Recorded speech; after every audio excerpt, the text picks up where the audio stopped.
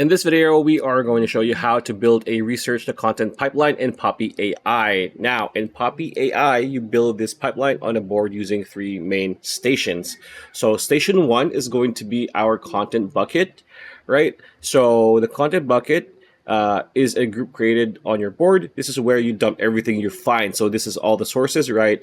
YouTube links, news articles, PDFs, or even just random thoughts. You put everything here, right? Number two, station two is the filter, which is the chat box. So the chat box is pretty much what we need. This is the heart, the engine of our pipeline, right? So if you're creating, say, a video or even just a blog about, say, plumbing, like our example here, this is where the magic happens. You just tell the chat that, hey, create a 3-page or 3-paragraph article about, plumbing for beginners, right? And then the last pipeline is going to be the final product, which is the content we've created, which is going to be a second group here that's connected.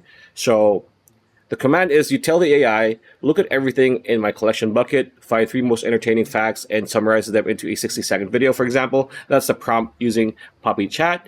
And then just tell it to put it in the final product group or folder.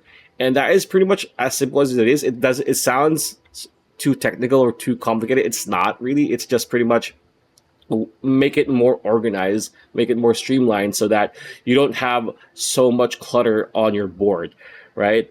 And if you are interested in trying out Poppy AI and you want to have a $25 discount when you subscribe, just click on the link that we have provided on the description below. And yeah, pretty much it. That's the video. Hope you liked it. Like, comment, share, subscribe, ring that bell icon. I'll see you on the next video.